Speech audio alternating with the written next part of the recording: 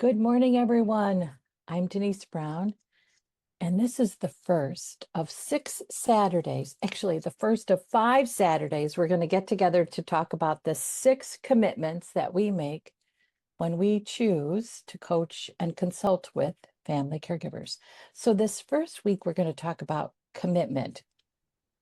And I think it's really interesting because as a family caregiver, you already excel at commitment.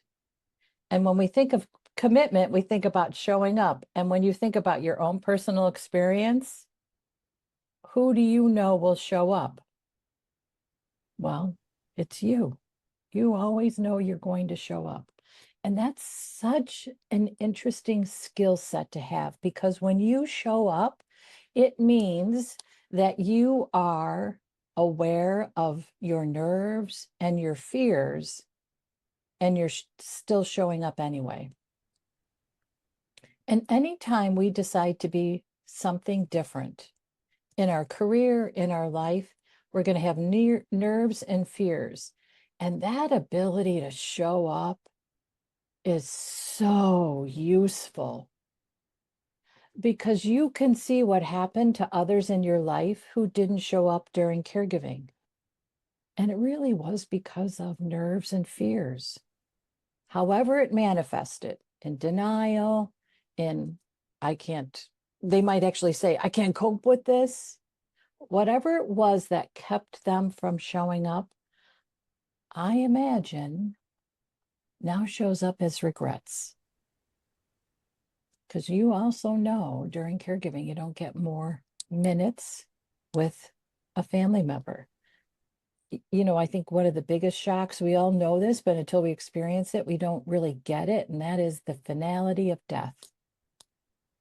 There is not another moment after death. And because you show up, you make every moment matter. And that's so powerful when you're thinking of life after caregiving. It's a life with minimal regrets. I'd love to say I have no regrets, but I do have a couple, and most of them are related to when I was really tired. And I just was like, I'm showing up, but I am exhausted and not at my best. But you know what? You can always look at it the way I do, which is I had difficult moments where I wasn't by my best, but my caregiving experience is defined by the years of really good moments that I was able to create for myself and for my parents. We judge ourselves by our worst moments. And instead, really, what we should do is give ourselves grace for the years of showing up. So, what's interesting when we think about showing up is that it's helpful when you're thinking about a career around coaching family caregivers because you know how to show up. You can show up for your clients who are experiencing what you experienced, which is others don't show up for them, but you know how to show up. That commitment to your clients is really invaluable. So let's take a little deeper dive into commitment. And what's important to know is that commitment does come from your lived experience. And it's such an important place to start. And what we're going to talk about today is building on that commitment. So you have your commitment, which is this great skill. You used it all the time in caregiving.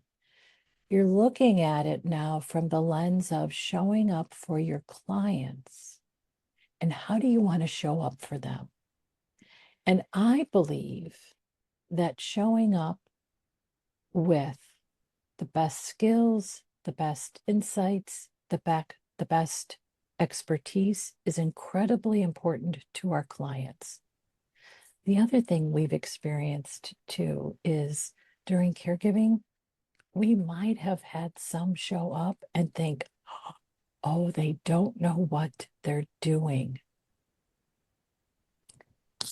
which is why for us, when we coach and consult with family caregivers, we want to show up and provide the relief to our client, because in our client's head, they are thinking, she knows what she's doing. Wow, he really gets this. He really knows how to have a great conversation with me that leads to a strategy that works for me.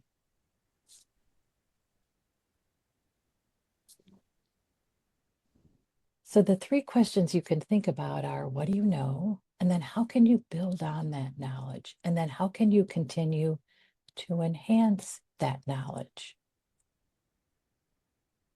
It's so important that we start with what we know, build on that, and then continue to enhance that. I was thinking about this morning. And actually, what I was thinking was this. Family caregivers really need a lot of support. And one of the ways we could think about really increasing the pool of support available for family caregivers is to have anyone in a leadership position in an organization, profit or nonprofit, that serves family caregivers become a volunteer coach. And they have to go through training, and they have to commit to coaching a family caregiver every week for a period of time. Think about what that would do for their products and services. Think about how that would change their research. I see research out all the time about the caregiving experience, and I know it's not relevant because the researcher started from a place of not knowing.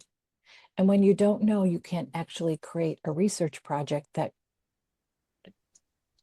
mines helpful data, because the questions are wrong. The assumptions are incorrect. Think about researchers having to become volunteer coaches for family caregivers so that they actually learn from their client, but they also show up with a client knowing. Anyway, that's just something that has been percolating for me for a while, because we need so many. Oh my gosh, we need so many. We know we could have 100 million caregiving coaches and we still would need more. And that's the difference between you with your lived experience and a researcher who has studied the experience.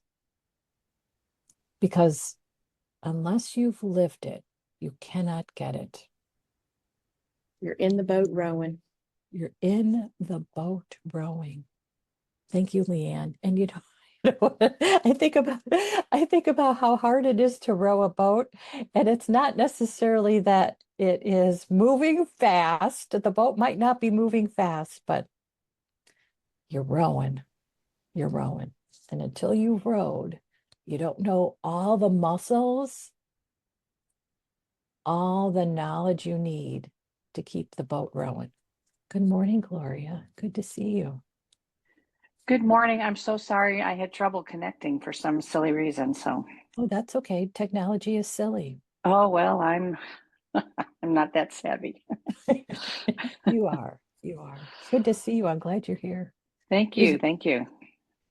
okay. So we're talking about commitment and how commitment can be an amazing place to start when you decide to coach and consult with family caregivers. And commitment is already a demonstrated expertise, because during caregiving, you show up. That's commitment. And so now we're translating that into what does that look like in a career when you're a caregiving coach and consultant. So I have a training program for certified caregiving consultants. And one of the questions that I've been asked since I launched the program in 2016 is, why, because I have this lived experience, why do I need to take your training?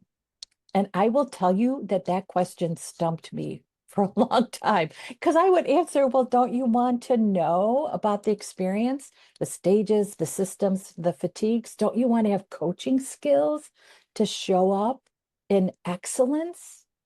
with your client, and for some reason that answer didn't resonate. And what I finally figured out is really the most important reason why you take training. Because when you only go off your lived experience, you can only coach one client, and that's the client that mirrors your experience exactly, because that's the client you understand.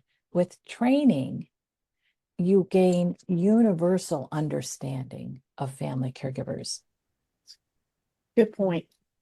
Yes. Okay. So, Leanne, I'm so glad that resonated with you. I really worked to find that answer. And to me, that makes sense.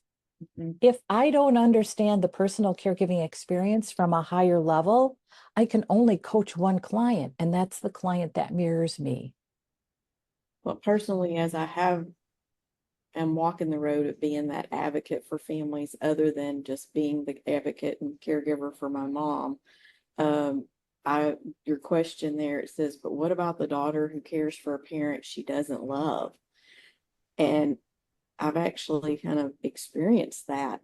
And it's like, wow. And the dynamics are different. And I had to kind of wean and weigh or a little bit of figuring that out. So actually, to hear you say that you would teach us some things like that, I think that would only strengthen my ability to be their advocate and coach. Right. Yes. And it is intimidating for someone to share an experience that's been very different from ours Mhm. and know how to show up for them. One of the reasons we use language like caree rather than loved one and care recipient is for that very reason. We know that sometimes in a caregiving situation, you care for a family member who does not feel like a loved one. And for those family caregivers, when they read newspaper articles or online on social media that caring for a loved one is hard, it does not resonate with them because they are not in a situation where they feel like they're caring for a loved one. So just think about language and how language separates family caregivers from support because it doesn't feel like the support for them. That's that's another good point because I tend to use loved one in my social media still more than caree, and I need to mix that up. Yeah. Interestingly enough, I just had this experience where, so a colleague and I are doing a series of workshops for a large pharmaceutical company and their caregiving employee resource group. And my colleague is a certified caregiving consultant. So we're working in partnership on this. And she had developed this really beautiful presentation that we were going to show our colleague at the pharmaceutical company just to go through it, just to give her a review. And the CCC had used the term care recipient, and I immediately changed it from care recipient to caree. And then I always question myself. I think, are you being a know-it-all by changing care recipient to caree? Like, for you? And you know what? I realized I was changing it because family caregivers have asked me to change it. So that made me feel like I am not a know-it-all. I am not nitpicking. I am acting on what family caregivers have asked of me. Right. That's a And good it, point. yeah. And in 2010, we used the term care recipient until a family caregiver said, I feel so funny calling my mom a care recipient. Can't we think of something else? So we did a contest. Family caregivers submitted terms to replace care recipient. We voted on it. We picked caree, and that was kind of like our commitment to each other that we would use the term caree. And I thought, well, I'm just keeping my commitment to family caregivers that we're going to use the term caree. I love it too, Denise. I think the loved one, I've been searching in my head, and this is the first I think that I've really caught on to this as well. And I love it because loved one, like you say, I think it's just so formal and almost sounds like loved one already is someone who passed. Oh, isn't that interesting? I just think language is Mm-hmm. fascinating Mm-hmm. Yeah. because it can mean something different to everyone, which is why we want to be so careful about the language we use. And we also define caregiving incorrectly on a regular basis. So I keep thinking about this research that just came out a couple weeks ago. I have been meaning to write the researcher. She defined caregiving incorrectly. And because of that, her research results are incorrect. And Mm. her research results will be quoted by people all over as being truthful, and they are not. She really looked at caregiving, which is common, and it's a common misassumption about tasks. How much hands-on care do we provide during caregiving? She defined that as family caregiving, and that is not the Mm-mm. definition of family caregiving. It's really the emotion of worrying. Worrying puts us in a caregiving situation, and then it intensifies from there. Helping, caring. If we really defined family caregiving as an experience when and where we worry about someone in the family, then we open up the minds of people who are in an experience where they are just riddled with worry and worrying without support. We move them into oh, I don't have to keep just worrying. I can receive support for this. And one of my life guidances is every worry needs a plan. And Mhm. that's part of the CCC training, is helping family caregivers with their worries. Because what do we hear from others in our life when we express a worry? You don't have to worry about that. And then they'll tell us, there's research that says 90% of what you worry about won't happen. Well, you know what? When you're in the 10%, Yeah. Yeah. that stat does not matter. Yeah. That stat does not matter. My younger sister, bless her heart, she had such a hard time with my parents, and it just was she just had a hard time coping with caregiving. And she would regularly tell me, you shouldn't be worrying about that. And really what she wanted me to do was stop talking about what made her so sick to her stomach. That's all it was. And so the way she could articulate was, don't worry about that. And I thought, well, I'm not just worrying about it. It is happening. Yeah. Like it's happening.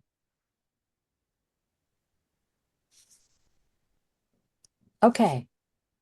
So we can think about, how do we build on our lived experience with training? And I just gave you some great examples about what training can do for you. The other thing that happens is, and I hear this all the time from participants in the CCC training, they will say, I wish I knew this when I was caregiving, Mhm. which to me is one of the best testimonials of the coursework, because they can take that information from the course and apply it directly to their experience, and think about how having those skills and that knowledge and that support would have changed their experience. So when they say, I wish I would have had this, that wish is, I wish I had this because it would have been an easier experience for me. And in truth, when all of us are going into a space where we want to support and serve family caregivers, it's because we want it to be better and easier for them.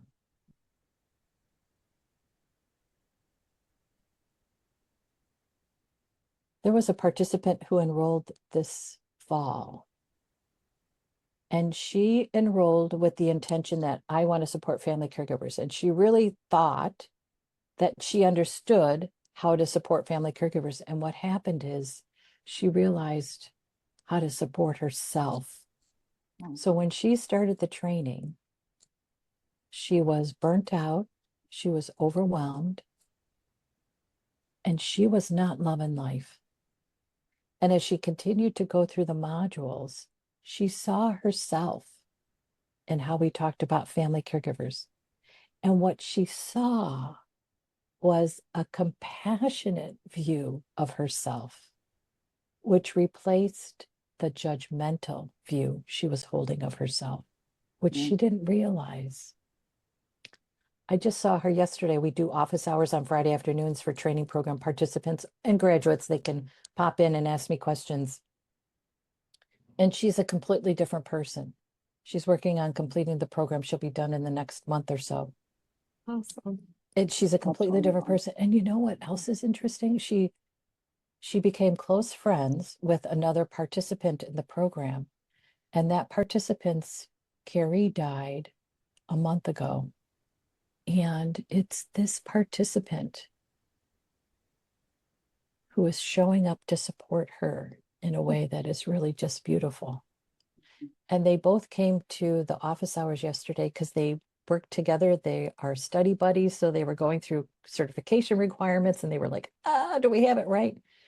And the participant whose Carrie died said, you know, she called me to get me back into working on the program. She said, I don't know if I would have been back in if she hadn't called me and said, let's go, let's keep going. Oh, oh. I know, gives me goosebumps every time I think about it. That helps us realize we are all providers and carees at the same time. Yes. And how much compassion matters. I was told yesterday by a client I had the opportunity to care for just this month. I met on March 3rd and we got mom placed, earlier this week, and it was both dad having issues and mom, and it was just a whole quite complex. And so I asked him, and he's a businessman. And he said, Leanne, you almost function like a really close friend. You gave me communication. You gave me that part.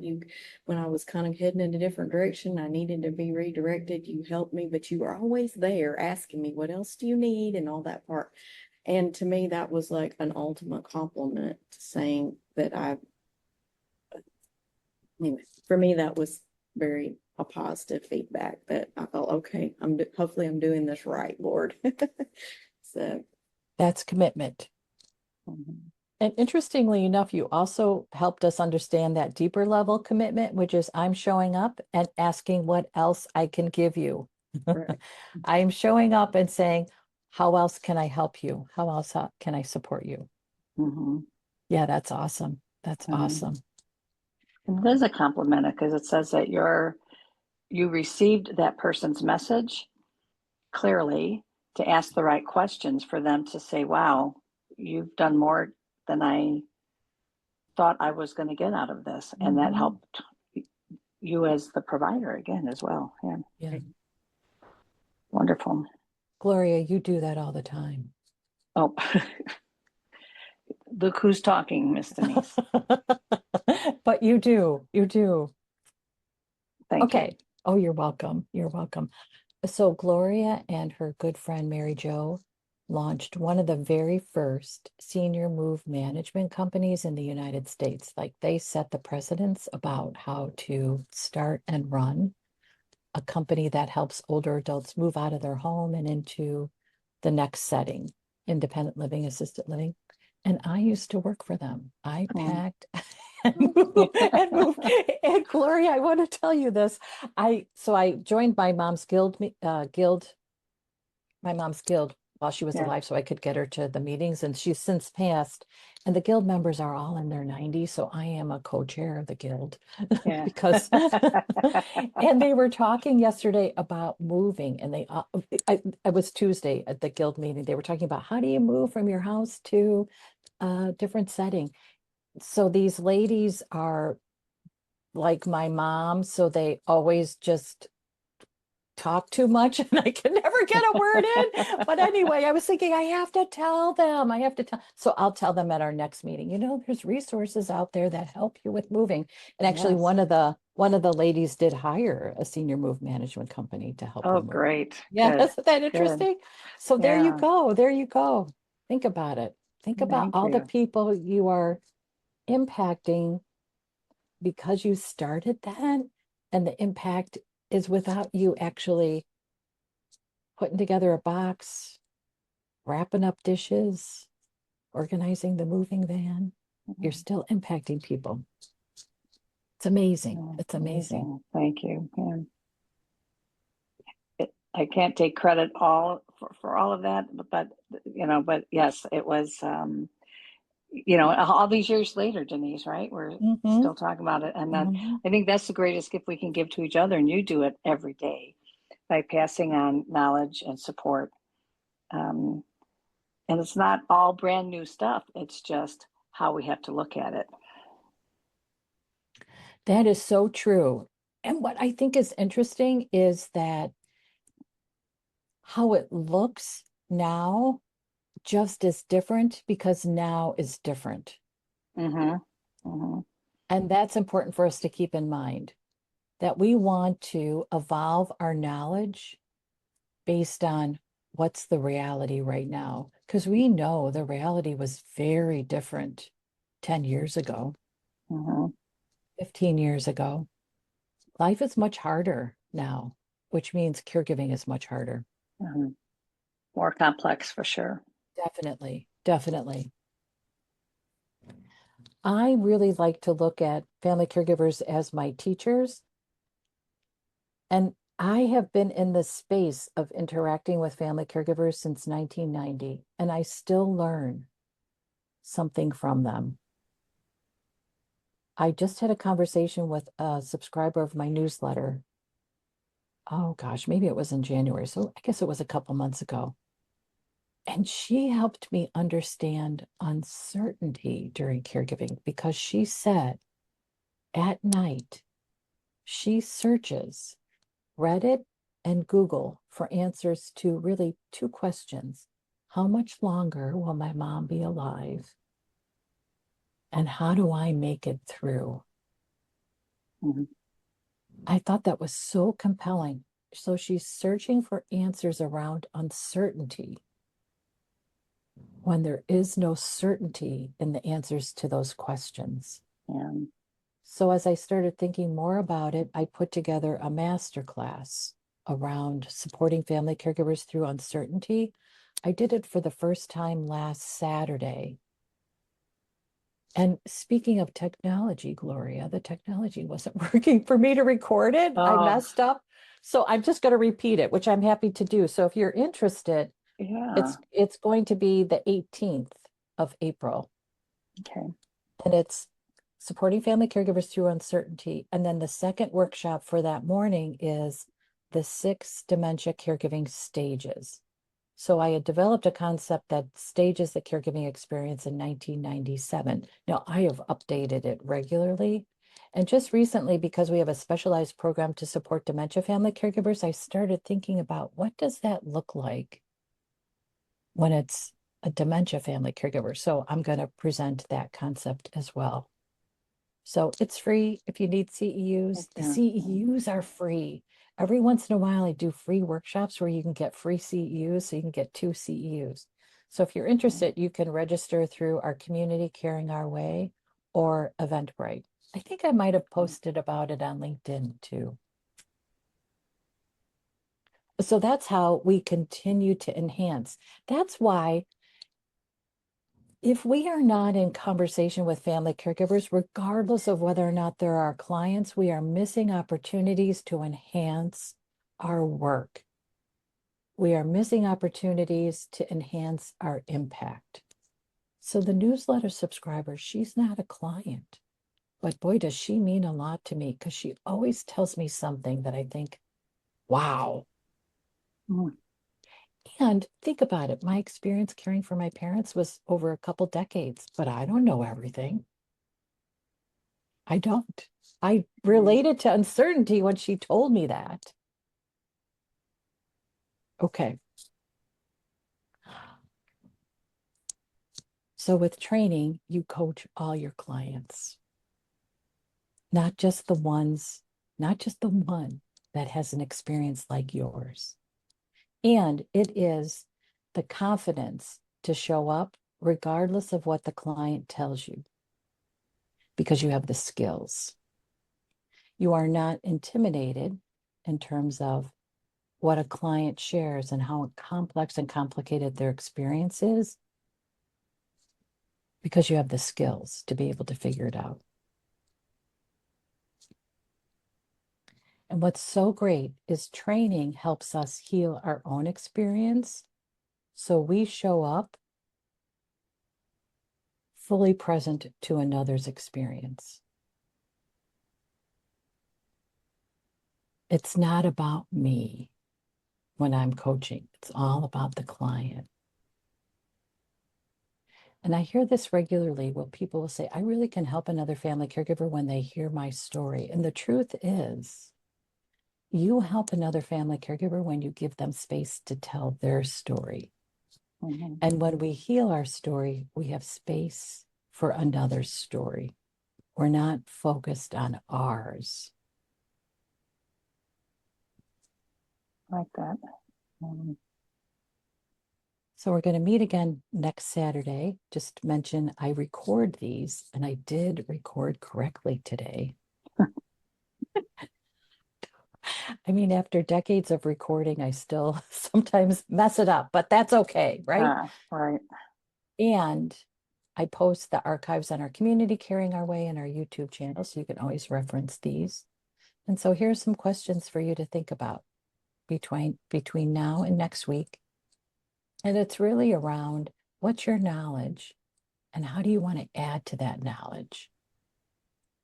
And the other question I ask anyone who's interested in my training, what do you want the training to give you? Because that also helps you find the good fit for you with a training.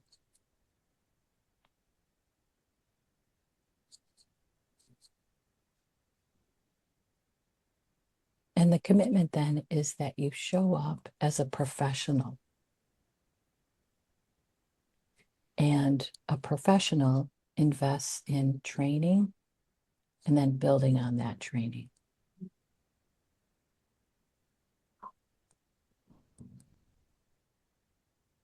This was excellent. Oh, Very. good. Yes, Good. yes, I agree. And to your point, Leanne, we don't know each other, but it's nice to Yeah. see you. That no matter how many years, Denise, you'd mentioned the decades of support, not only personal support, but also to, you know, your your professional and family commitments all these years. Yet to be vulnerable to say we learn something every day, I think is so necessary for all of us, and that's why I appreciate you doing what you're doing. You know what's interesting? I think of that as excitement to learn something every day. Yeah, yeah. I really am just always, I just honestly am so grateful when someone tells me something that I didn't realize, because then I think, what can I do with that? Mm-hmm. There's an opportunity for a workshop. There's an opportunity for a blog post. There's an opportunity for a podcast. When I started the CCC training, it was 8 hours plus 8 hours of interaction with me once a week. It was a 16-hour program. You know how many hours it is now?